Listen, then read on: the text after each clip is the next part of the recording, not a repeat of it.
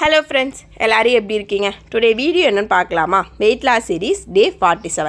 இப்போ உள்ள ஜென்ரேஷனில் மோஸ்ட் ரிக்வஸ்டட் என்ன அப்படின்னு சொல்லி பார்த்தோன்னா வெயிட் லாஸ் தான் இருக்குது. ஏன் நம்மளுக்கு இவ்வளோ வெயிட் கெயின் ஆச்சு அப்படின்னு பார்க்கணுன்னா நம்ம சாப்பிட்ற ஃபுட்டு தான் ஃபஸ்ட்டு. நம்ம அன்டைமில் இப்போ நிறையா ஃபுட்டு சாப்பிட ஆரம்பிச்சிட்டோம். ஹெல்த்தி இல்லாத அன்ஹெல்த்தி ஃபுட்டு கடையில் நிறையா வாங்கி சாப்பிட ஆரம்பிச்சிட்டோம்.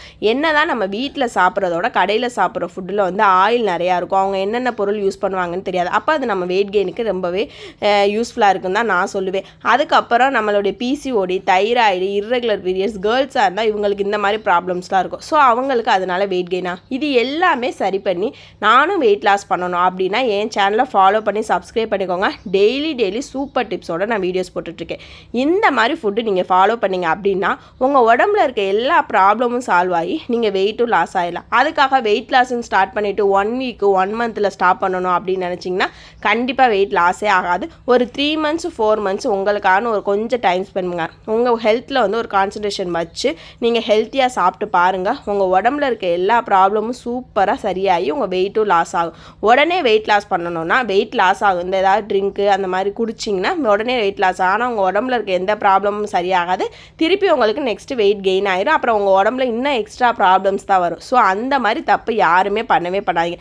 வெயிட் கெயின் எவ்வளோக்கு ஃபாஸ்ட்டாக ஏறுதோ அந்த அளவுக்கு வெயிட் லாஸ் வந்து ரொம்பவே ஸ்லோவாக தான் லாஸ் ஆகும். ஸோ நம்ம ஸ்லோ மோஷனில் லாஸ் பண்ணாலும் ரொம்பவே ஹெல்த்தியாக லாஸ் பண்ணிகிட்ருக்கோம். உண்மையிலே ஹெல்த்தியான ஃபுட்டை எடுத்து பேலன்ஸ்டாக வெயிட் லாஸ் பண்ணால் மட்டும்தான் நெக்ஸ்ட்டு வெயிட் ஏறவே ஏறாது. நம்ம பாடியும் ரொம்பவே ஹெல்த்தாகவும் இருக்கும்.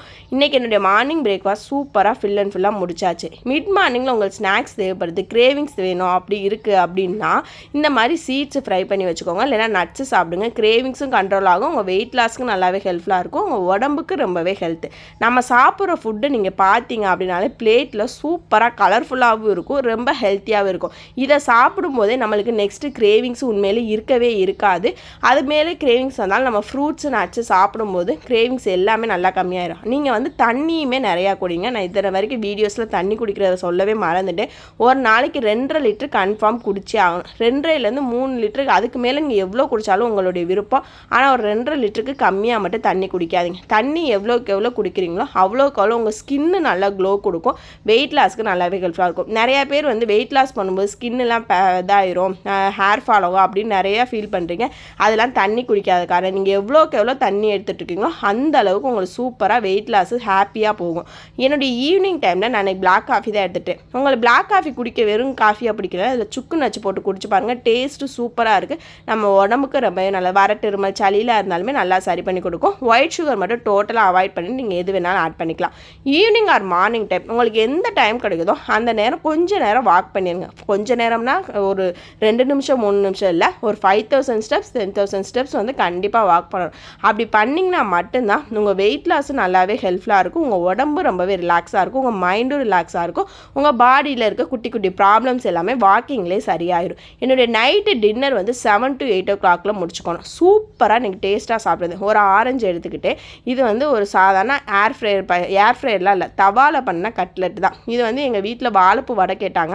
நான் அதுக்கு பதிலாக சுண்டக்கடலை, கடலைப்பருப்பு, வெங்காயம், இது வாழைப்பூ எல்லாமே நச்சு போட்டு அரைச்சிட்டு கட்லெட் மாதிரி பண்ணியிருந்தேன். டேஸ்ட்டும் சூப்பராக இருந்துச்சு. சொல்லப்போனால் இது ஹை ப்ரோட்டீன் ஃபுட்டுன்னு தான் நான் சொல்லுவேன்.